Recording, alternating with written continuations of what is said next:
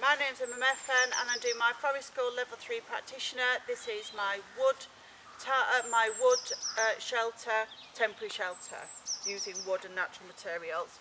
So, first of all, I found 3 sticks and I've attached a clove hitch to one of them. So now we're going to do some wrapping and frapping to tie these together. Obviously, before we start building, we've got to make sure that where you're putting your den, it's clear of any debris and any overhanging branches to make sure it's not going to cause any damage if anything falls on you. So we've got to make sure that. So now we're going to start wrapping and frapping. So we put those 2 sticks together and we wrap them together. In our school, we usually just do a term 1, 2, 3 and 1, 2, 3, but so the children learn it a lot better, but they know that they can do more. So, and then that's our wrap, and then what we do now is our frap, which is in between the sticks. So, and this makes, like I've said before, makes like little pockets for the sticks to sit inside. Keep them from jiggling about, and we usually do 3 or more. Some children make little tiny dens for like teddies and things like that, or birds or animals, or they make life-size dens. This can be sized up using the same principles, just using longer, stronger sticks. So we've tied those 2 together.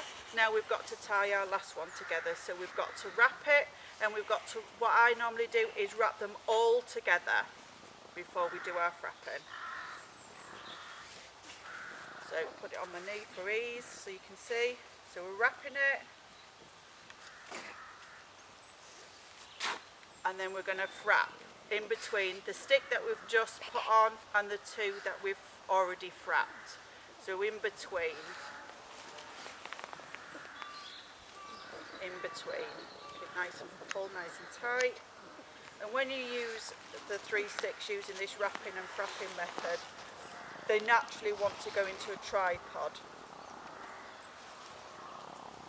because the way that you've wrapped it. And then the loose bits you can tie together, and then that should stand up pretty safely. You can also use this method for like cooking as well, for hanging pots and stuff off. Just have to use bigger, stronger sticks that haven't been in the woodland, that are wet. So now we've got our structure, we've got to decide where we're going to enter the structure. So say this is where we would technically enter it, so then these 2 sides would need branches and other sticks on it. So we've got a selection of sticks here, and we start off. We can rest our sticks. We can push them in the ground if you want to, for ease.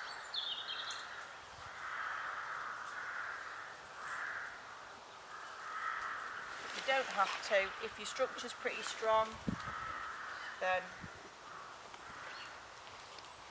or if the ground's too hard, you can rest them on. It is easier and safer to push them in, because then they're not going to fall apart when the children play in it. So that's one side, and then we're going to do this side. Just push them on, push them in the ground.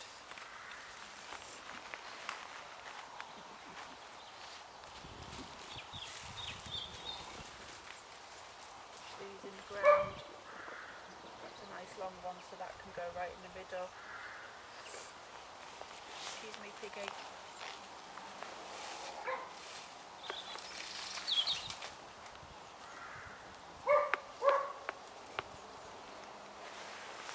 Break this one down a little bit.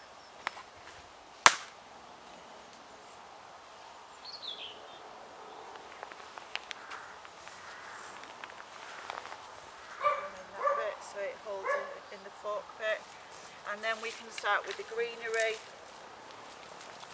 which again you can push the the trunk bit into the ground, so then the greenery is covering.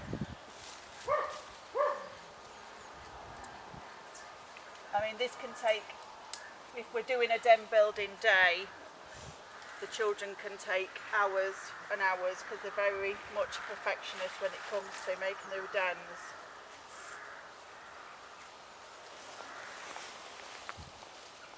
Place that on. It's like not a very good time of year to use dry leaves and things because we haven't got any, but you would bank up with dry leaves as well and put dry leaves inside.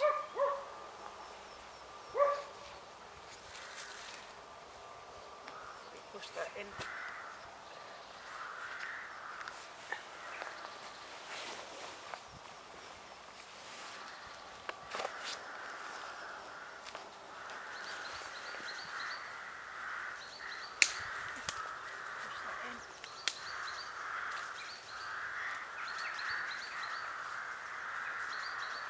See, it's taking shape now. Just a really little den. Just gives them the idea of how to make a den to get inside. Just using the same principles, but you can make it bigger. Also, if you use a longer stick on the back one, it actually makes it out extended so you can slip inside, which you need to go in feet first, which you can actually lay down in. So your sticks, depending what kind of shelter you want, is depending the length of the sticks that we use. Just placing more sticks, and because they're pushed in, we can push them against each other, sort of weaving them inside each other.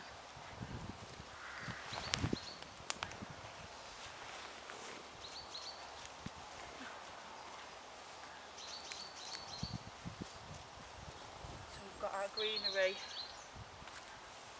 and our other sticks.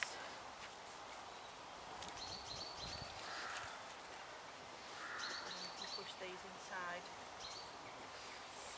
weave it together so it's nice and strong.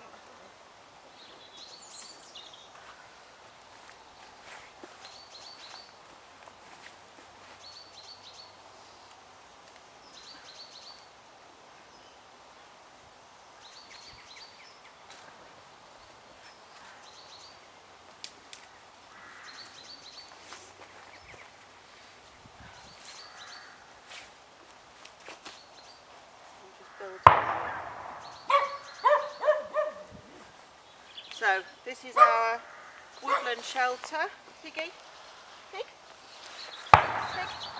and it's big enough for a pig. So there we go. This is our woodland shelter, our woodland temporary shelter for my unit 2.